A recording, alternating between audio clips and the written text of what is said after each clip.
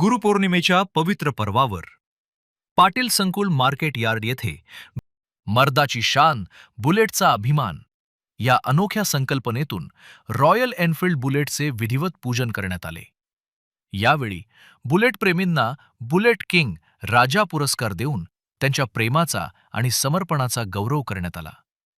Shri Datta charitable ट्रस्टच्या वतीने आज बुलेट राजा हा पुरस्कार यांना मिळालेला आहे। दादा, आज तुम्हाला पुरस्कार मिळालेला आहे बुलेट राजा म्हणून, काय सांगाल तुम्ही, काय वाटतं तुम्हाला? मला खूप आनंद होतो। सगळ्यांनी मला ह्यांनी कौतुकाने सगळ्यांनी असं हे करून घेतलं, म्हणजे सत्कार वगैरे केला, त्याच्यामुळे मला फार आनंद वाटतं। मर्दाची शान आणि बुलेटचा अभिमान असं यांनी आजचं हे वाक्य ठेवलेलं आहे आणि बुलेटचं पूजन केलेलं आहे। तर आजच्या युवा पिढीला रस्ता सुरक्षितता आणि बुलेट चालवण्याचा जो अनुभव आहे त्याबद्दल तुम्ही कसं मार्गदर्शन कराल, काय सांगाल? बुलेट चालवताना आम्ही तरी 50च्या वरती कधी गेलो नाही, पण बाहेरगावी असताना मग जोरात जायचं। पण बुलेटची शान जी आहे, स्लो चालली 10च्या स्पीडने तरी चालली तर ती रुबाबशीर चालायची। अच्छा, एक लांब पल्ल्याचा तुम्ही एक प्रवास केला असेल बुलेटवरती, तर त्याचा काय एखादा अनुभव सांगा ना। मी हैदराबादपर्यंत बुलेट घेऊन गेलो, मुंबईला तर कायमच जायचो। इंजिनच्या बेरिंग आणण्यासाठी दररोज मी रात्री 10-11 वाजता जायचो आणि तिथं 1 वाजता जाऊन मग आमच्या मित्राकडे मुक्काम करायचो आणि सकाळी उठून परत बेरिंगचं दुकान उघडलं की बेरिंग घेऊन यायचं, परत 12 वाजता इथं कामाला। आता पहिल्याची जी बुलेट आहे 1970 कालची बुलेट आणि आत्ताची ही जी बुलेट आता बनवलेली आहे, त्यामध्ये काय तुम्हाला फरक वाटतो?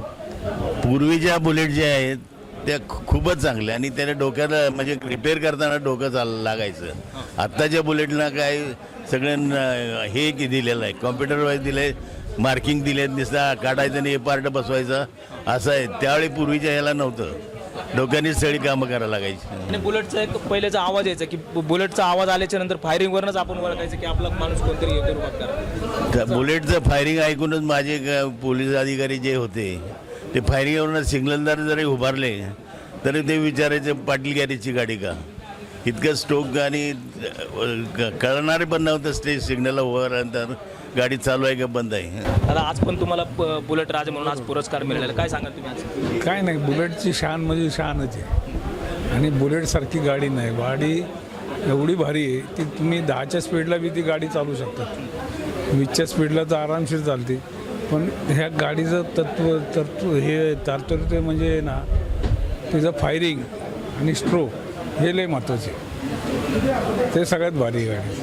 आज गुरुपौर्णिमेच्या दिवशी आज पण बुलेटचं पूजन करून आज कार्यक्रमाची सुरुवात केलेली आहे। बरोबर। आजच्या युवा पिढीला तुम्ही काय सांगाल बुलेटबद्दल? काय नाही, बुलेट आज म्हणजे युवा पिढीला काय म्हणजे बुलेट ज्याला शिकायचं असेल तर हे काम करणं लय महत्त्वाचं आहे। आता युवा पिढीला ज्याचं शिक्षण नसेल आणि शिक्षणामध्ये डोकं नसेल तर ह्या लाईनमध्ये त्यांनी यावं।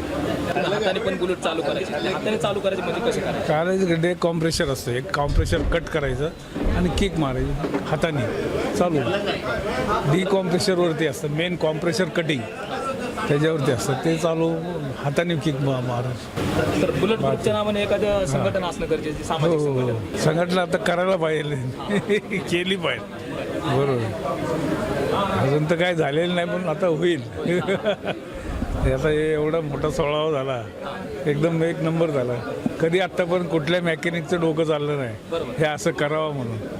हे आता यांनी आनंद पाटील आणि यांनी केलं ते सगळ्यात म्हणजे इतकं मला बरं वाटलं ना, भयंकर एकदम। म्हणजे कारागिरीला जो अभिमान वाटण्यासारखं बस एकदम भारी केलं, सगळ्यात भारी केलं। आज गुरुपौर्णिमेच्या निमित्त बुलेटची शान मर्दाचा जो अभिमान आहे, जी मर्दाची शान आहे, आपण त्याचं आज जो पूजन करून कार्यक्रमाची सुरुवात केलेली, आजची संकल्पनेबद्दल आपण सांगा. संकल्पना म्हटलं तर की बुलेट ही या ज्या लोकांचा सत्कार केला आहे त्यांच्यामुळं खरं बुलेट जिवंत आहे आणि त्या मानानं आज दिवस बुलेटचे चांगले आलेले आहेत आणि त्यांचा काहीतरी सत्कार केला पाहिजे या भावनेतनं आपण त्यांचा आज सत्कार केलेला आहे। जेणेकरून बुलेटवाले गेली 50-60 वर्ष झाले काम करतात, पण त्यांच्याकडे कुठल्याही परिस्थितीत कुठलाही समाज त्यांच्याकडे दुर्लक्ष करतो, त्यांच्याकडे बघितलं जात नाही, त्यांचा विचारात घेतलं नाही। बुलेट म्हणजे बुलेटचा गॅरेजवाला म्हणजे एक खालच्या दर्जाचा माणूस समजला जातो, पण खऱ्या अर्थाने जे बुलेट आज जिवंत आहे त्या या लोकांमुळे आहे आणि काहीतरी यांच्यासाठी करावं या भावनेतनं आम्ही आज कार्यक्रम आयोजित केला होता। बुलेटबद्दल एखादा अनुभव? बुलेटबद्दल सांगायचं झालं तर वेळेस माझं 93 साली लग्न झालं, त्यावेळेस मी बुलेटवरती कोल्हापूरला गेलो होतो आणि बुलेटवरती जात असताना बुलेट घाटामध्ये बंद पडली आणि नवरा बायकोने आम्ही नवीन लग्न झालं होतं, देवाला गेलो होतो. त्या गाडी देवावरून येताना बंद पडली आणि आम्ही दोघंजण गाडी ढकलून घरापर्यंत आणली. असा वाईट पण अनुभव आहे आणि बुलेटच्यामुळं आज माझा जे समाजामध्ये मला ओळखतात, त्या बुलेटमुळं मला आज ओळखतात. आता बुलेट राजा पुरस्काराचं जे तुम्ही आज आयोजन केलेले बुलेट राजा म्हणून पुरस्कार दिलेला आहे, त्याला पुरस्कार दिला, त्यांची निवड तुम्ही कशी केली? निवड यांच्या प्रत्येकजण त्यांच्या विचारातून मी त्यांची निवड केलेली आहे. कारण जे शशी शेटकर बघितलं गेलं तर ते सातत्याने गेली 50-60 वर्षे काम करत असतात आणि त्यांच्याकडनं एक आदर्श घ्यायचं झालं तर ते कंटिन्यू ते बुलेटचं काम करत आहेत आणि आपला उदरनिर्वाह करत असतात.